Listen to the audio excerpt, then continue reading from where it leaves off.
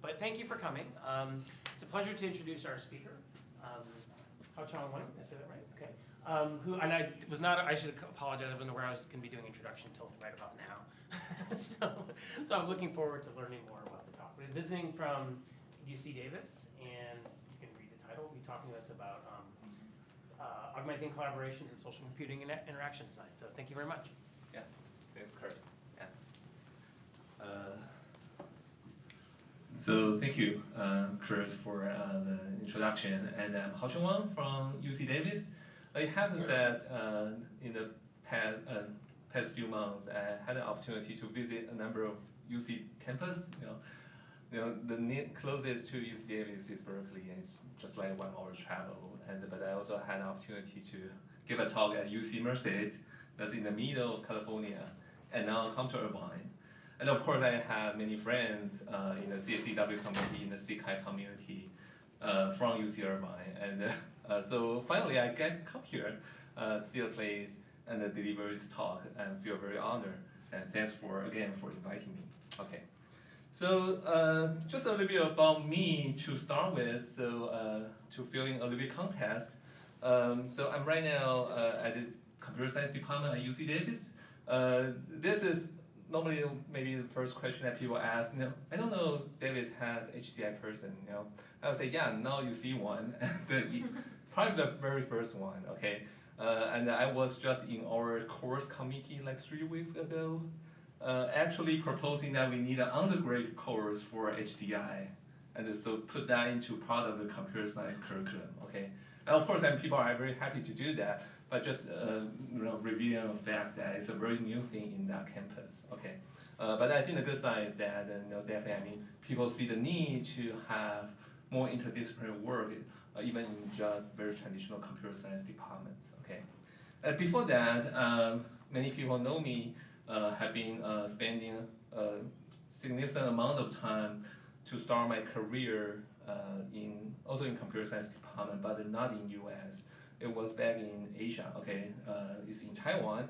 So I spent 6 years there, starting as an assistant professor and get promoted to associate at the Tsinghua University in Taiwan. And I also collaborate with people in Japan, Korea, China. So pretty much helping with the HCI community and CSCW research there.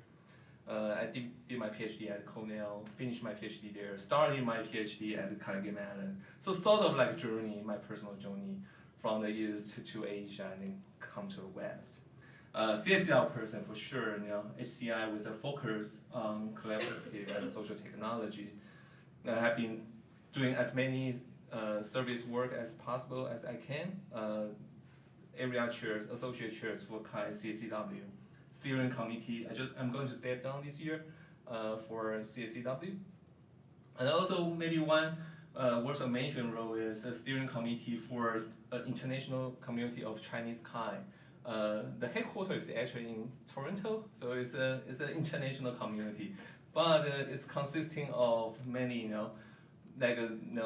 we debate what's the focus of this, what's the identity of this community. But first is that there will be many people who has some connection with the Chinese society, Chinese communities, and we are working on HCI. So we want to have a forum to have conversations. Okay. The other is that we think potentially we can focus our research a little bit more on, the issues, the emerging problems coming from that societies, right? The Chinese societies. And which we think can be a paradigm, but it's not happening yet, So, but I'm happy to be part of that effort to initiate something. Okay. So now move into my research and today's topic. Okay.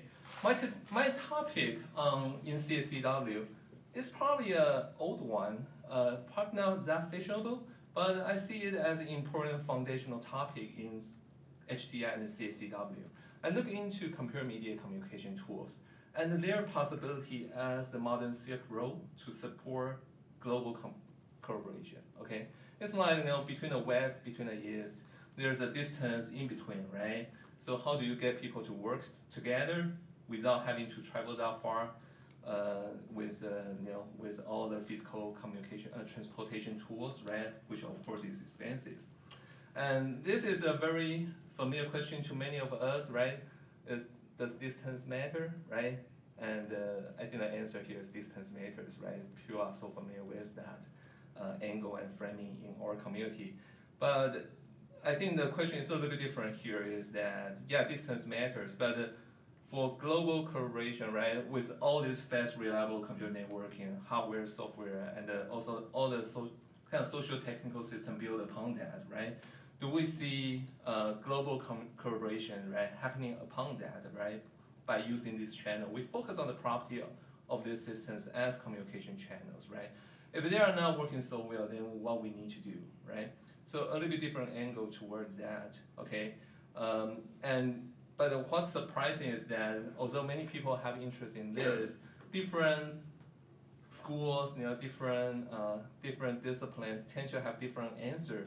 And there's a persisting interest because I work in a computer science engineering context. Till now, it has been 10 years.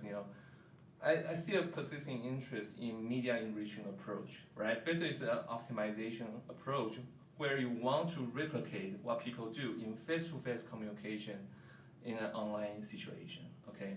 So here's a conceptualization of this approach, and this is apparently an oversimplified model of human communication over distance, oversimplified, but it sort of captures what people are thinking, right? So in this kind of system, we have agent. When we say agent, it's human agent, okay?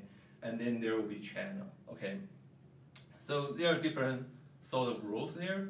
For this kind of mediated communication, agent, the human, will send and receive message, okay?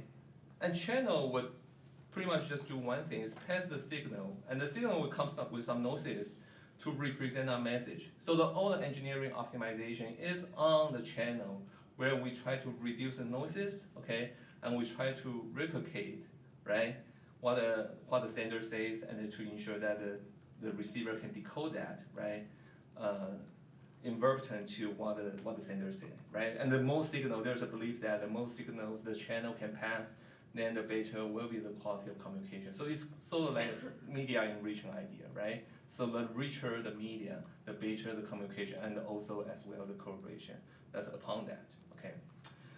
There's no lack of system effort, engineering effort on trying to enrich communication channels across distance, that's mediating us across distance. Normally they share some kind of design patterns, they are multimodality, and they try to improve the fidelity of the representation, so to make it face-to-face like, okay? So starting from 60s, AT&T started to put in the camera into the analog phone, right? So they call it picture phone. To, of course, the software we're still using, right? All the like Skype, right? Video conferencing tools, right? You see everywhere, right? We're still using. And to something that probably never gets shipped and to the market is like the wall-size video conferencing room, where you can very realistically reproduce, right? The height, the weight, every aspect of the human image, right? Of the features, right? At a distance, right? So here is at NTT, they have a setting called T-room, where they set up two large rooms in one in Tokyo and one in Kyoto, okay? And these are the LCD panels, large LCD panels circling as a room and with the camera and with a high-speed networking system to make it wall-size video conferencing like, okay? This was like 2010s, okay? And they stopped the project later on. This was never become a product, okay? And also just in the recent few years, right, we are interested in VR, and one sort of application of that is on this kind of enriching communication channel idea, where you can replicate the face-to-face likeness in online situation, okay? And for this kind of innovation and also products, right? One natural question is that, does one size fits all, right? When you have wall-size video conferencing, right? And it feels really realistic, right? It feels really face-to-face like, right? Does that solve all the communication problem because we make it face-to-face at distance, okay?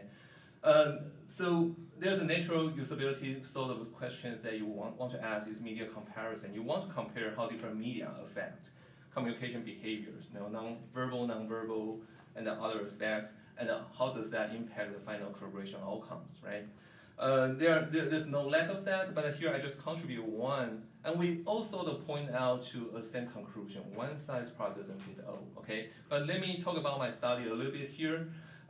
This is a paper that we published as CAI 2014, and what we want to study here is the nonverbal aspect of communication. So we want to study when people are talking, right? And they will naturally have some speech accompanying hand movement. We don't necessarily know what it means, right? Even to us as speakers, right? We don't necessarily have the training. These are not sign language, okay? These are just hand movement happening naturally when we are talking, right? And we want to know whether this hand movements, right? I a little bit hesitating using gesture, but some can be gesture, right? But this is, at a physical dimension, these are hand movements. What it means, right? What's the role of them, right? What's the role of them to the speaker and to the listener, right? And in an online communication situation, does it matter that we fully represent these hand movements, right?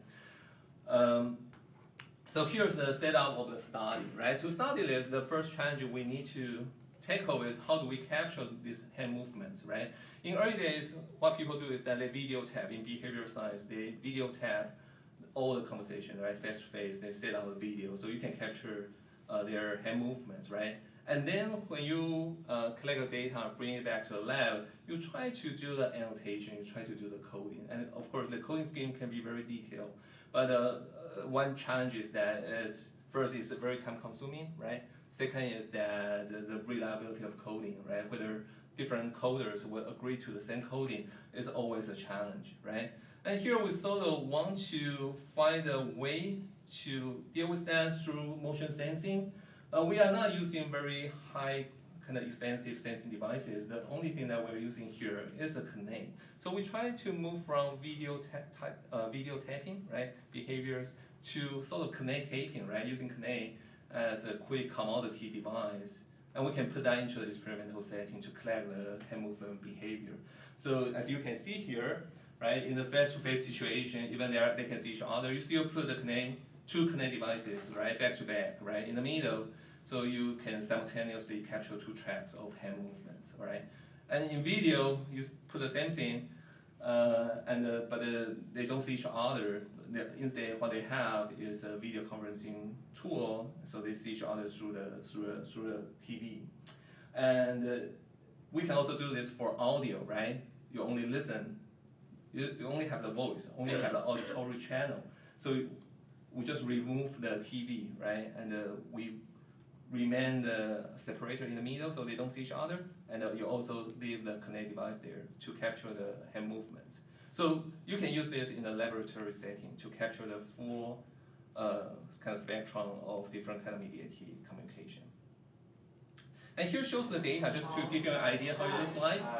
The two persons are talking, right? In one of the three conditions, we capture their video as well, but the most important thing is that we capture their hand movement. So here is the time axis, this is X. And the Y here is the unit, the hand displacement in unit time. So it's speed, in common terms, speed. So when you have a hand movement, you will see a peak there. If your hand is static, then it's at a valley, okay? And there are two lines here, right? One is left hand and one is right hand. So for each person, you have two lines, okay? Even just, eyeballing the patterns that we are seeing here is interesting, right? So one thing comes to our attention is that there's some correspondence between the two people. When one person has peaks, which means that they have hand movement, another person also tends to have that.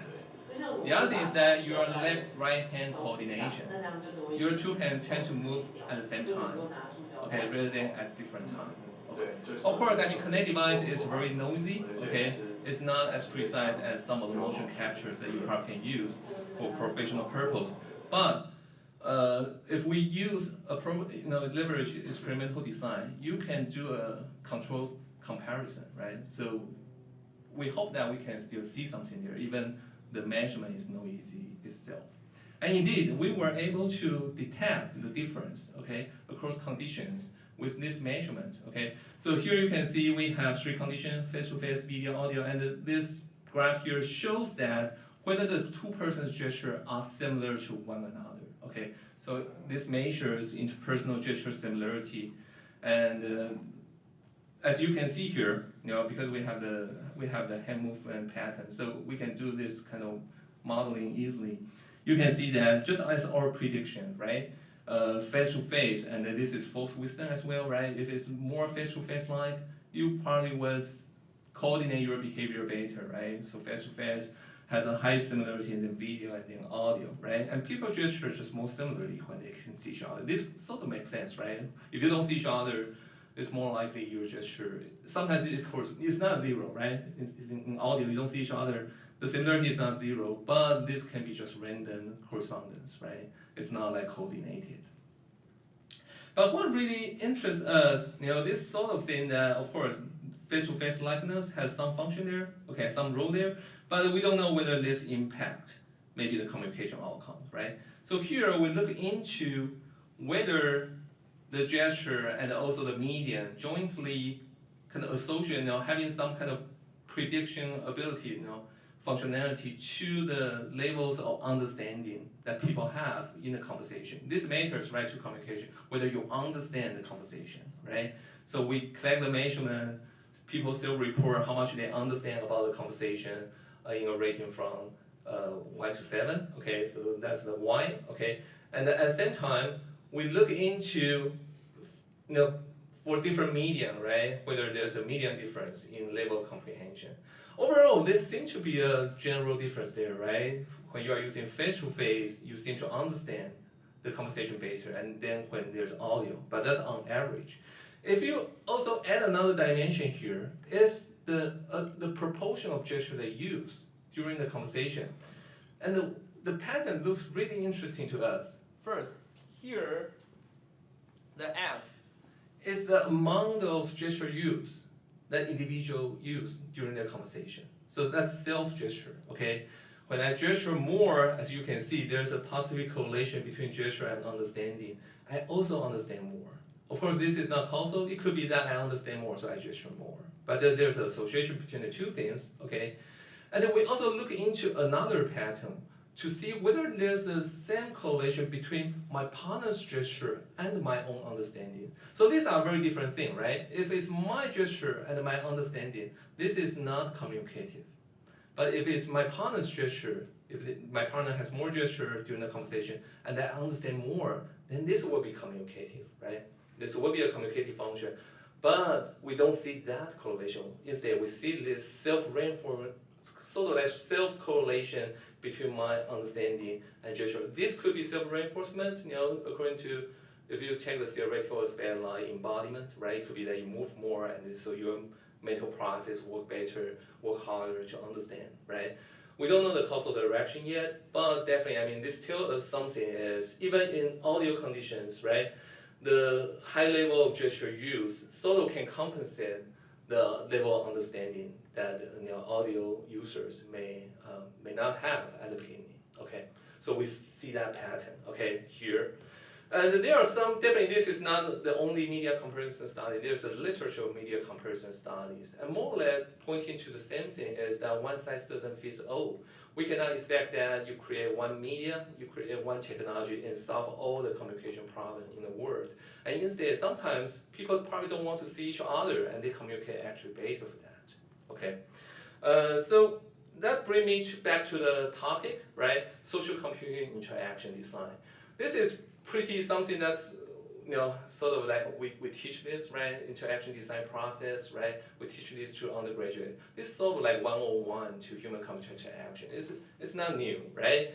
But by teaching at computer science and engineering, I realized that this idea hasn't been popularized and hasn't been understood well to people. People see that you need interaction design process maybe by building a tool, building a system, but they don't realize that when shaping a communication process or when planning a collaboration activities, you also need the same mindset, and you probably have to follow the same process. Because we don't have a single technology that can magically solve all the problems, right? So we don't have a solution, honestly. Instead, what we can hope for is a meta solution, right?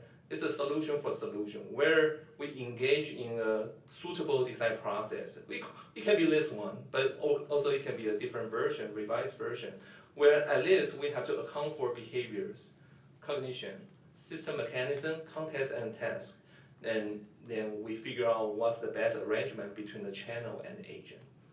To illustrate this sort of like a generic model, and where I think it's very common to HCI, but a little bit different is that it's applying to the social computing context. So we are not just studying, we build systems to facilitate and to change the dynamics of social interactions, right? So I'm going to use, for the rest of time, I'm going to use two projects. One at the very beginning, a very early project I did, right? Sort of you see the start, and one is the very recent project and one part of it is what we are going to present next week in the CACW conference, okay? So the first study is about trying to expand people's brainstorming performance, okay? Trying to help people with generating ideas. And we all know creativity is difficult, and the study shows that, right? The more basic study shows that a number of reasons that make it difficult.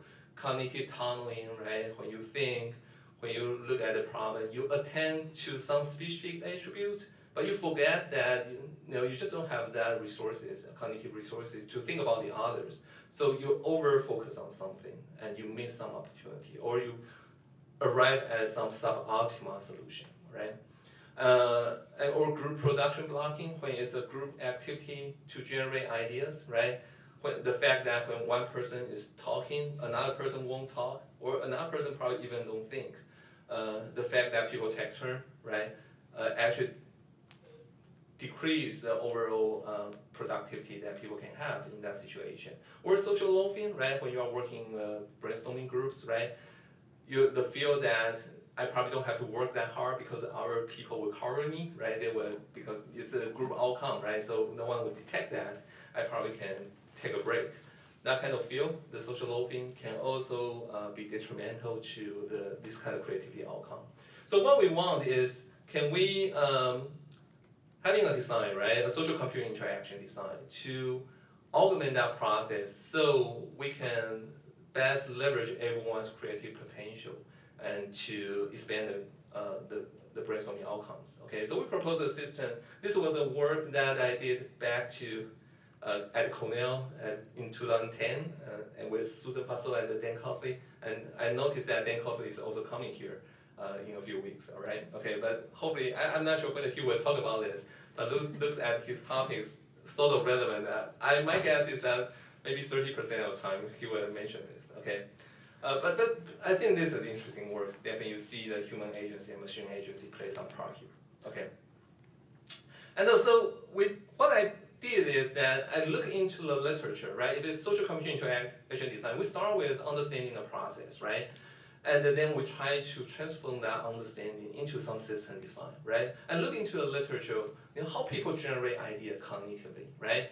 And so here is sort of answers, right? There will be some long-term memory that we have to rely on to extract the concepts, right? And also to associate concepts so we can compile the ideas. So if you just show a picture on the top, right? There's a picture space. If you show a picture to someone as a stimuli, for example, in a designer's mood board, you show some image there, right? And this is sort of inspiration for individual creativity. The cognitive process happening just within our mind could be like this. It's like I look at a picture, I saw there's something that grabbed my attention. Again, this cognitive tunneling. So for example, the red cap, right, is so salient. So it just catch my attention. So I started to think about, oh yeah, there's a concept there, right? Cap, right? And then you do a retrieval. But when you think of cap, that's not the only concept you would think about, because according to the theory, right, our memory, long-term memory, tend to be a network, right? So when you think of CAP, you will think of other related concepts as well, right? It can be, I don't know, it can be sports, right? It can be some other things, it can be basketball. Some concept will be easier to arrive, but some other concept might be harder to arrive, right? When you think of CAP, you probably won't think of, I don't know. Right now my forehead is about CAP. You probably won't think about, I don't know, popcorn maybe, it's far away, right? You probably won't be able to arrive at the concept popcorn that easily, okay? And then you externalize that because you have to produce something, right, for the work. Then you have to externalize that. So there's a verbal communication at the bottom. You generate the ideas. When you say it, it's captured, it's written, then this is the product, right? Okay, so that's the cognitive process, very generic one. And then what we want to do is that to expand this process so we can avoid cognitive tunneling, and people can help each other to build up, new ideas on other people's previous ideas, okay? So the simple strategy we do is we simply grab the concept that has been externalized by one person, and we use that to fit into a image retrieval module, so we can generate another stimuli for another person, but it won't be the same picture, okay? It will be a different picture, and that's driven by a previous verbal contribution, okay? And in this way, you are not only relying on human mechanism, the cognitive mechanism, to expand the concept space, right? The thing we can do with our cognitive process is to find the association. But the picture retrieval can add the algorithm itself, can add some randomness, right? And also depending on the data set you have, right? There's some parameters you can adjust to make the process maybe more efficiency, right? So there's a machine expansion as well by converting a language to an image. So we call it language retrieve pictures. So you from the left to the right, when the concept has been verbalized, you do a picture retrieval, get another picture, and when another person sees it, right, there will be another mind doing the concept kind of association in their mind, and they may arrive at a different concept, right? So, and then in your verbal communication, our hope is that you will expand in the concept space, in the verbal communication space. The prototype was done with simple machine learning techniques, where we have language processors sitting at the back, monitoring people's ideas in a chat room, right? And once they identify that a sentence has an idea, then they do the chunking, do the simple vector representation, convert this to a vector, and then use a standard information retrieval technique module, a standard IR module, to retrieve a picture from the database that we prepared. And there's a reasonable accuracy, okay, for that. For prototype purpose, we think this is sufficient, okay. What's more interesting to us is the potential of this, right? So we arrive at the last stage of social computing interaction design, where you have to evaluate, right? To study how the changing kind of a channel, right? Changing property of the channel. Now this is a communication channel. How the changing property of the channel trigger the new dynamics, right, of the collaboration, right?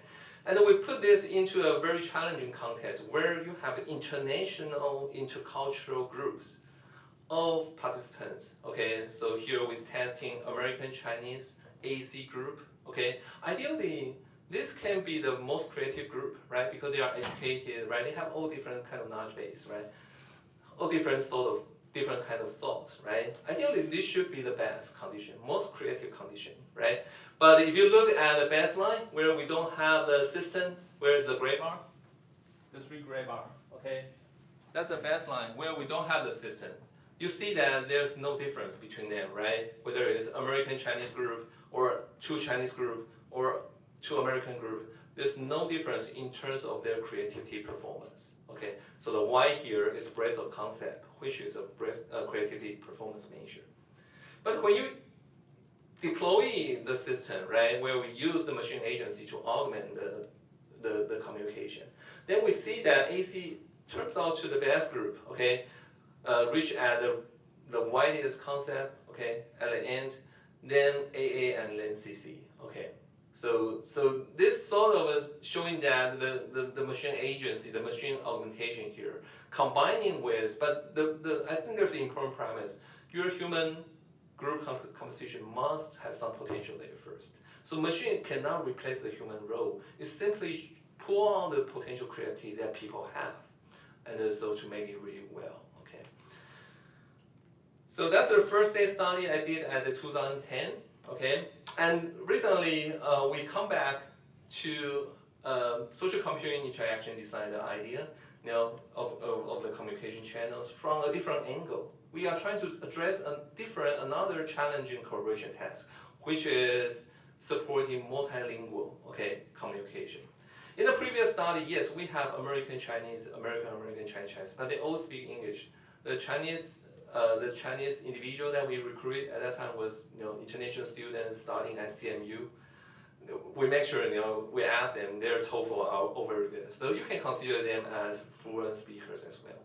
But for real global collaboration, you don't necessarily have that advantage. You may encounter someone who actually don't speak English, right? But for example, someone working in a Japanese company and you have to collaborate on some products. It's likely to happen, right? You probably you cannot count on the kind of common language, and you probably have to face the fact that they may the best language they can speak will be their native language, like Japanese, okay?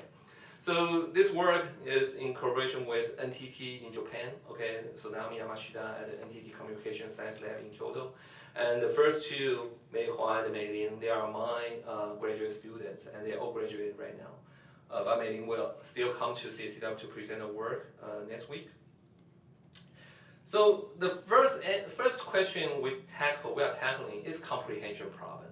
In a kind of multilingual meeting like this, and we are choosing a lingua franca or common language, which can be any language here. English, Spanish, Chinese, Japanese. But there will be some non-native speakers. They don't speak this language as native language. They will be disadvantaged to some extent. They are slower in comprehending that language, even if they understand that language. Or even some people probably don't understand that language entirely, okay? So this comprehension definitely is the first problem for this kind of setting. We think, the fact that they can speak some non-native language might actually solve the problem, but there's numerous studies showing that non-native language to our cognition is still a burden. Okay, the native language is the best thing we can use. If we speak non-native language, if you conceptualize this like this, look at the balance, look at the way people are having the non-native speaker, NNS here, they definitely have more burden cognitively, right? Because they have to process a non-native language information. We can introduce some computational support to help with this. The first thing that people count on and also hope for is machine translation. We have a long history developing these natural language technologies, but the empirical studies, including my group, have done this in the past 5 years. And most of this are done in CAI or CSW. We have found that machine translation was not very good support for comprehension. Actually, because there's always a baseline for this. Right? The baseline is that they use their barely fluent non-native language, and that is even better than machine translation. Okay, that is even better. A common language is even better than machine translation. So don't try machine translation for comprehension. But there's one thing we can use is automated speech recognition transcript. It's like this, right? When on YouTube video, right? When you click on CC, you will see the caption, right? Closed caption. Some of these are generated automatically. This is okay. Even there are some errors, this is okay. And the empirical study shows that this helps. This helps with comprehension. It's probably because you are using different channels, not just auditory, but also the visual, okay, to decode this. And then many international speakers and international speakers, looking at a movie, for example, English movie here. They have shared the shared experience, right? When there's a caption versus no caption, the level of comprehension differ a lot. Okay, when there's caption, definitely much easier. Okay, so there are studies to this, and also people's everyday report as well. Okay, but we cannot neglect that. As AI technology, this kind of transcript support still would add a little bit burden to people because it's not always correct. There will be errors and sometimes misleading. Okay, the biggest cost maybe what if it's actually saying something totally different, right? It's misleading, so there will be a cost too. So how to solve this? We know a simple technique, and this is supported by the kind of information visualization community, is you can highlight the most important meaningful sentences to people as an information filtering support. This will help people to understand the documents, okay?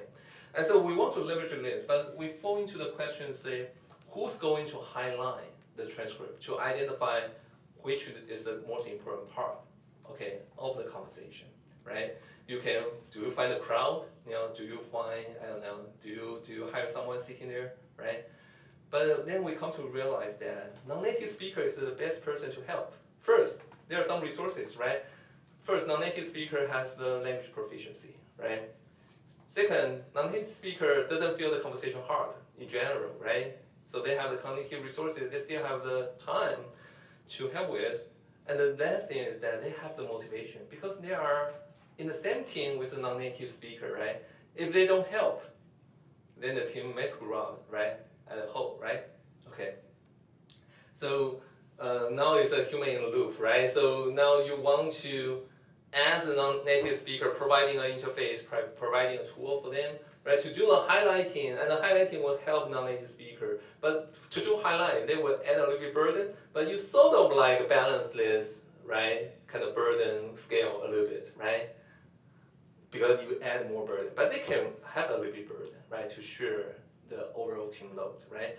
And here I'm going to show you a video showing how they collaborate. Okay, so we have 3 people, okay?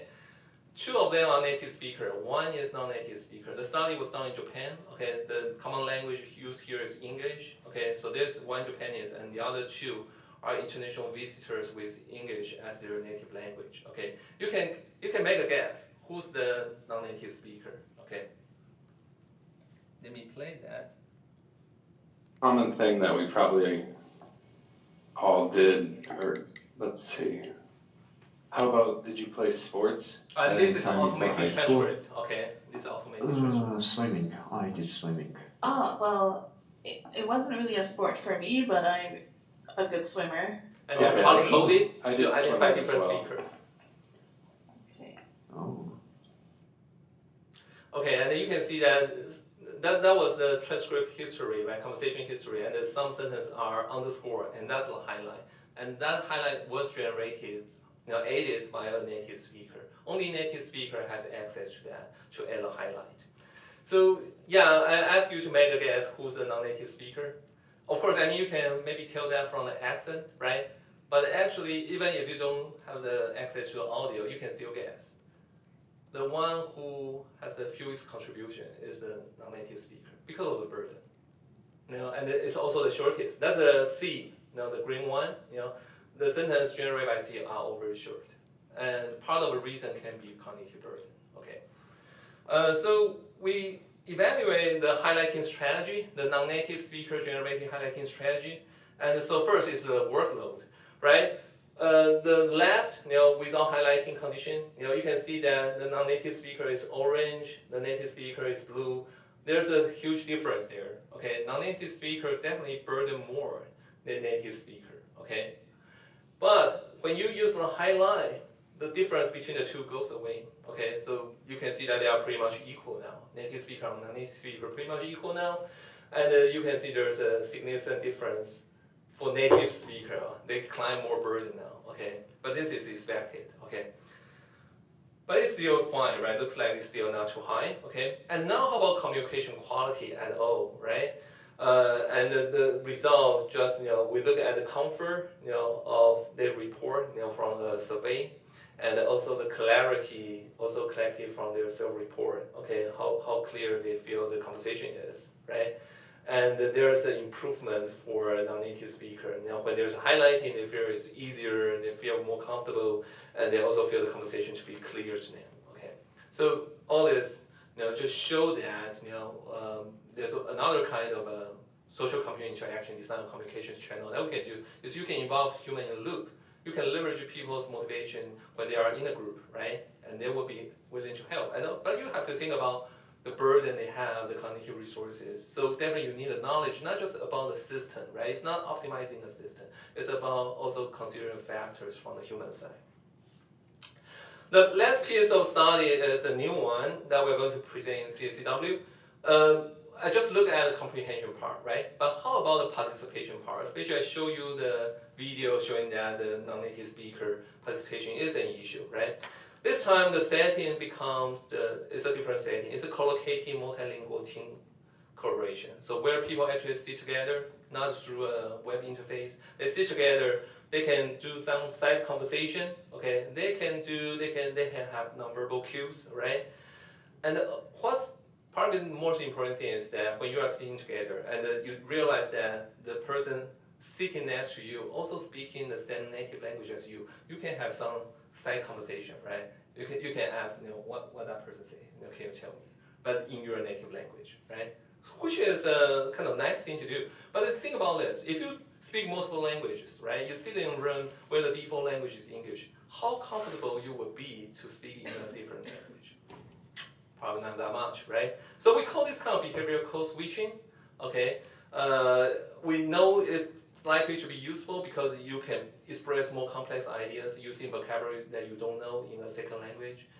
This is probably going to help a lot of things, but it's just not commonplace, right, in multilingual teams, right?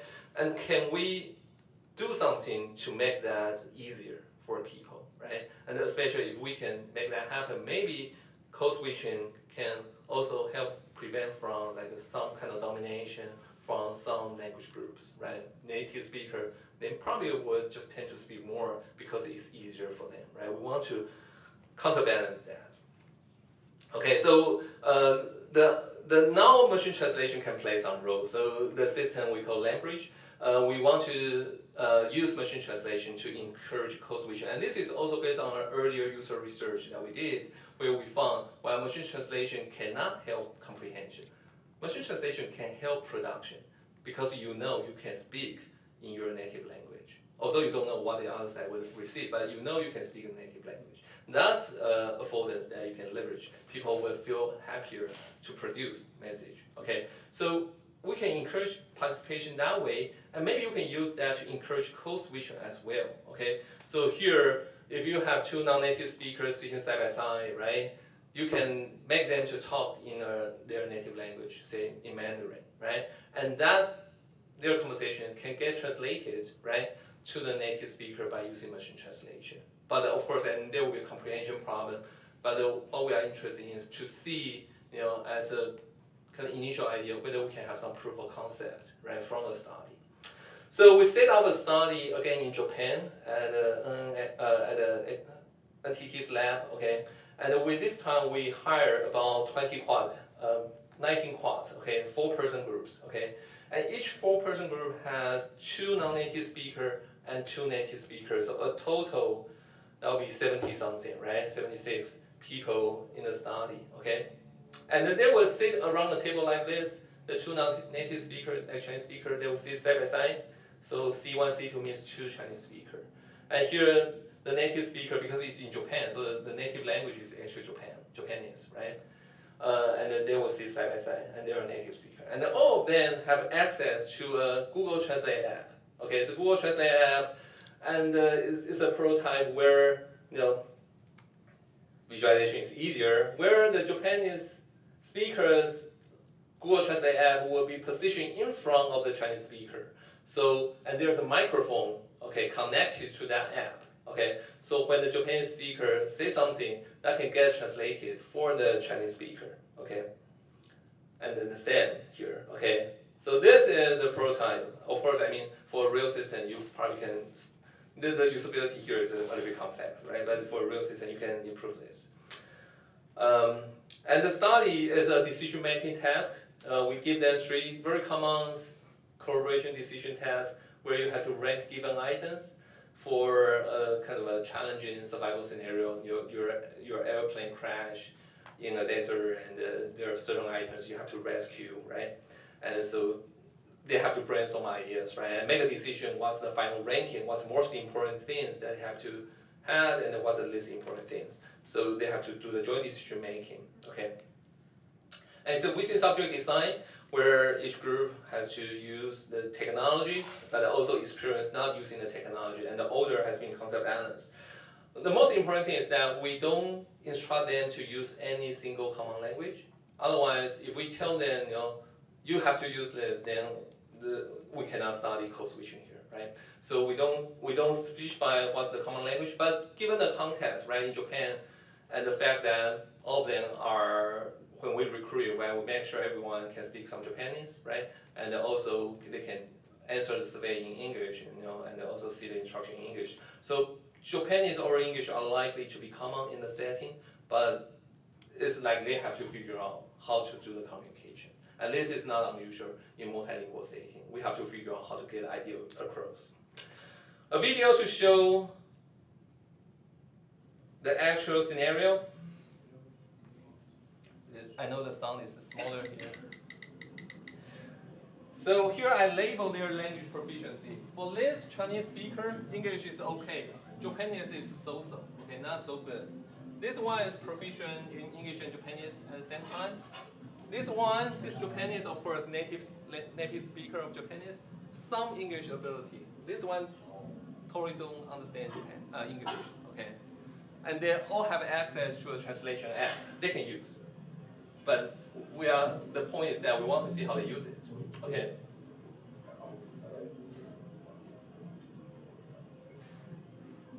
And there's one thing we are measuring, okay? One thing we are measuring is how many languages they use throughout the conversation, okay? The more they use, the greater the diversity of language use, okay? Which is likely to be a metric where they have access to more different ideas, and potentially this can actually help with any kind of corrective task, okay? So we use entropy, right? We collect all the conversation, we coded them into different language use, right? Whether it's English, Japanese, or Chinese. Of course, some will be enabled by the machine translation app, but then we just look at their conversation, what language they are using, right? They say, and they're being captured by our study, right? And you can see that the diversity, the variety of language used when we have the tool is much, much higher than when there's no tool, right?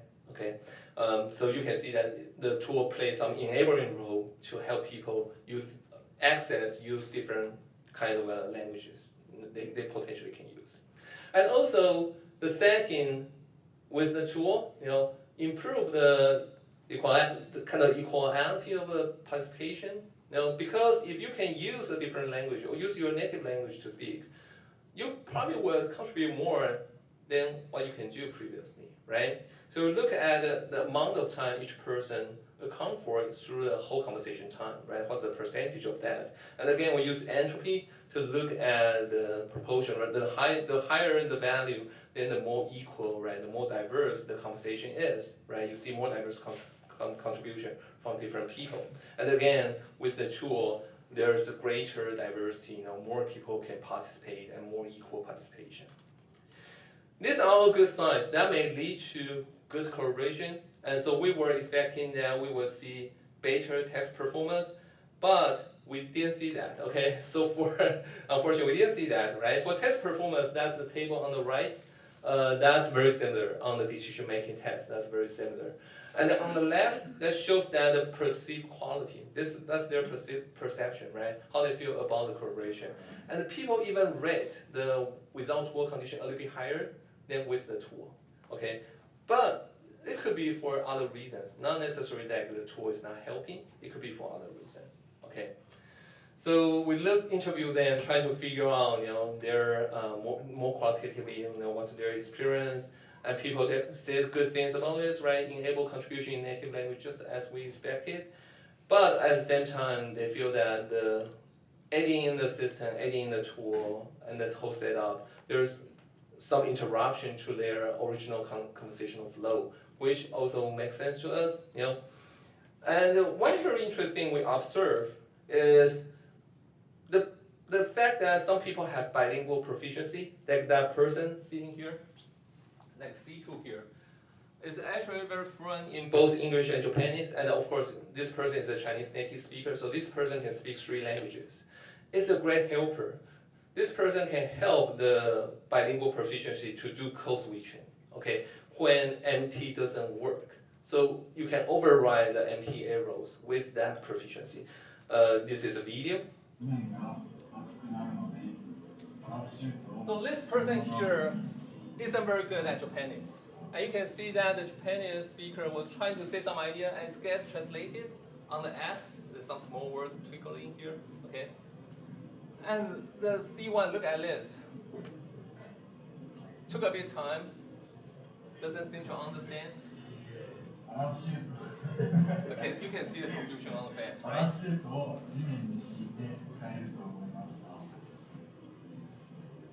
Okay, and this person is over kind of on this, right? On here, this position, side witnessing everything, right?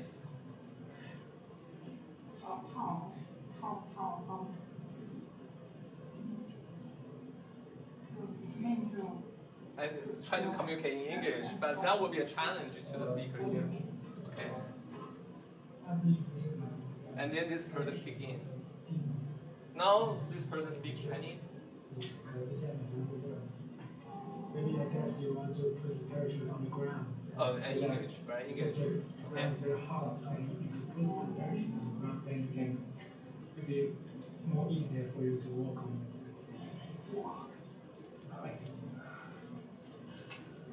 Or when we have a lift. Okay, so you can see that there is some side conversation among people with the native language, right? And this person also speaks to them using Japanese, okay? So all this observation showing that this definitely is a complex system. It's not just simple. Right now, it's a proof of concept that we can enable comprehension, right? Support comprehension, enable participation with the design of the channels. But certainly more details we have to look into, right? There will be questions like, what if, they don't see each other, right? What if they cannot see each other, right? You put a separator between them, right? So sort of nonverbal cue disappear, right? Would they still use the tool in this way? Or you can ask questions, what if, you don't have 4 kind of tablets here, right? It's sort of a prototype, right? If you only have a kind of large tabletop, right?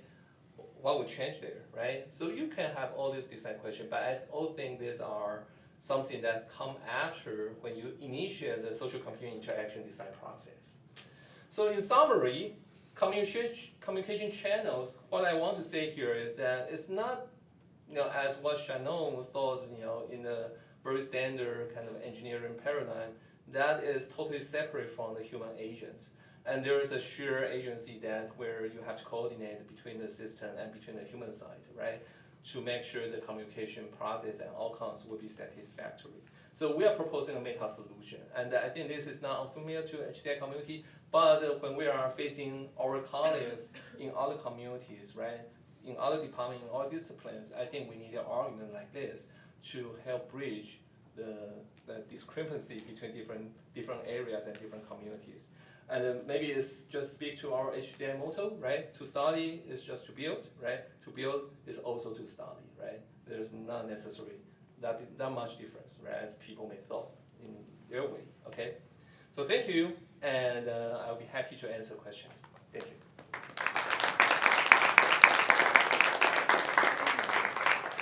We've got about 5 minutes, so if you have a couple of questions.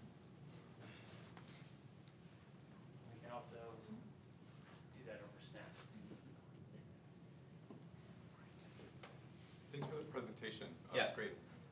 This is like maybe a little bit off, but can you go back to this like model that you're using of agents?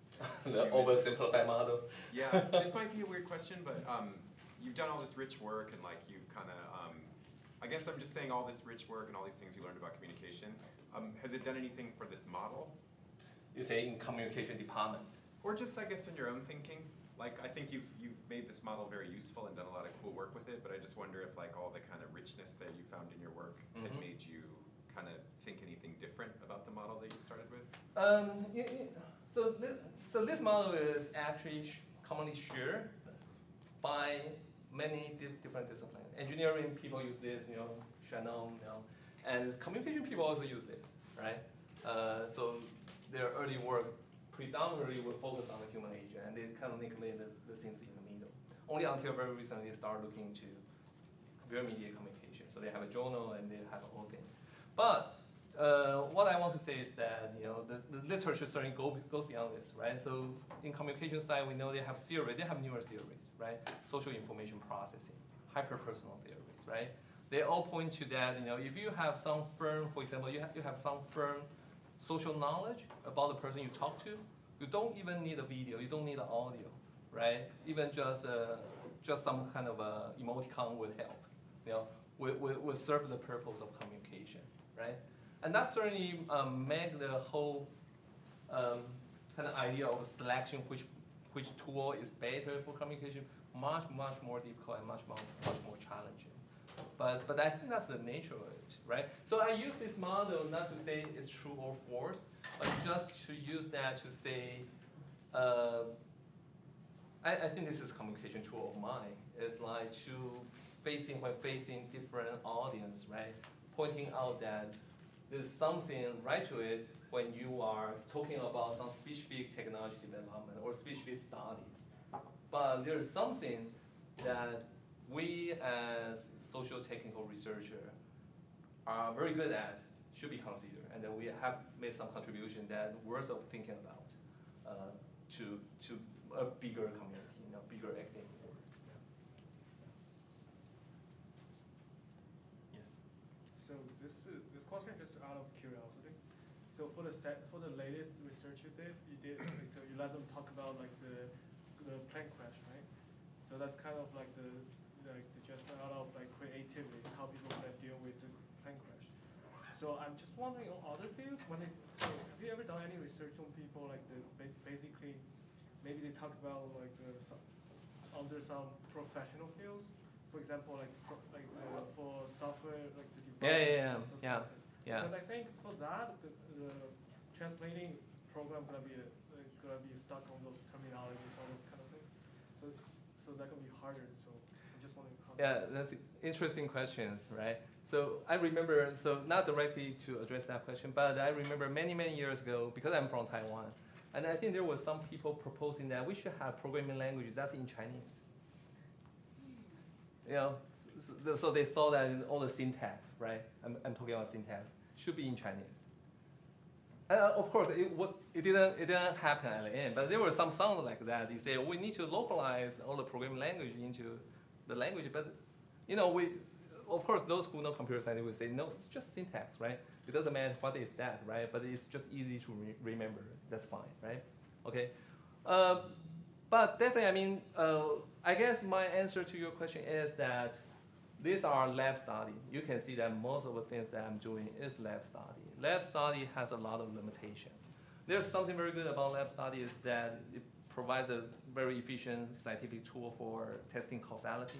Okay, if you want to know, you do this and what will be the effects. I think that's still the best way to do that, right? The second best thing I can see is sort of like a field study interview, right? You observe the process and figure out the causality. But definitely, this cannot directly translate. You have to do a lot of bridging work, right? Say to specific, but we can make some predictions. Say, in software engineering, in programming language, in that kind of collaborative scenarios, what would likely to happen? And I think, to large, by large, it still would apply to some extent, but we just need a study to bridge the gap. Yeah.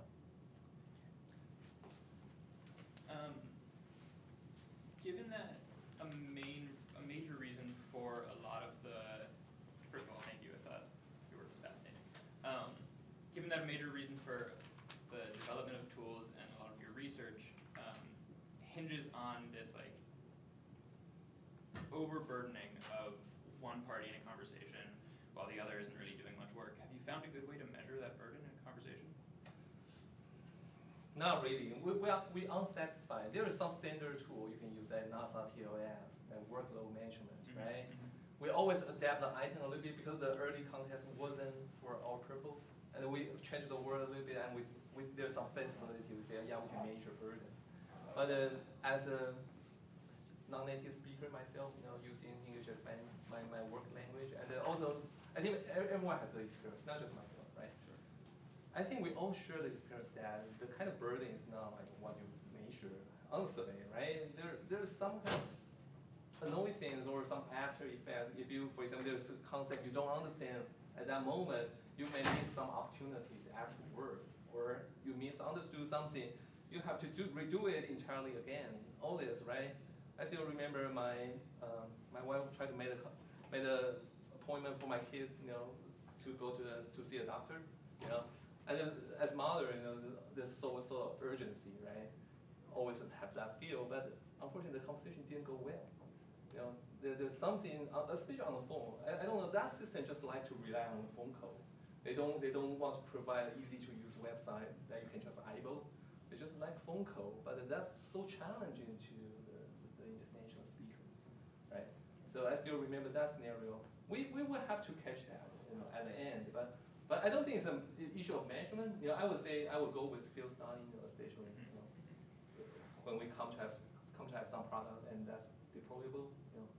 But we definitely need to go there, and it's definitely a problem to solve.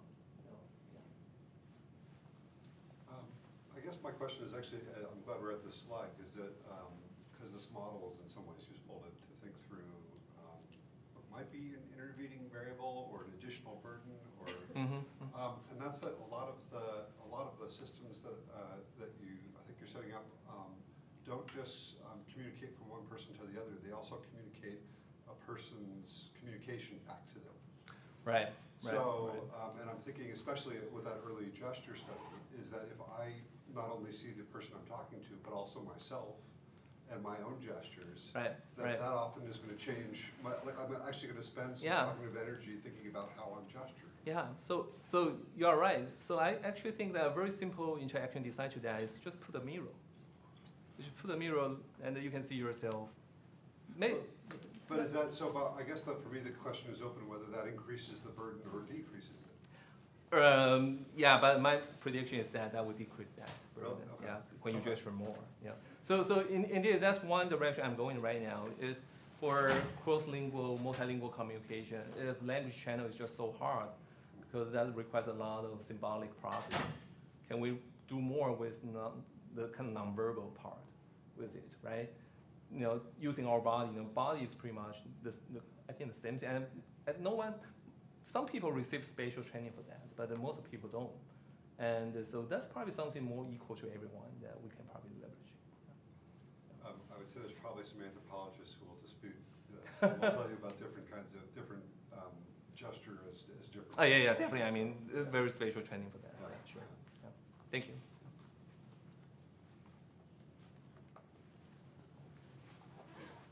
Well, thank you again.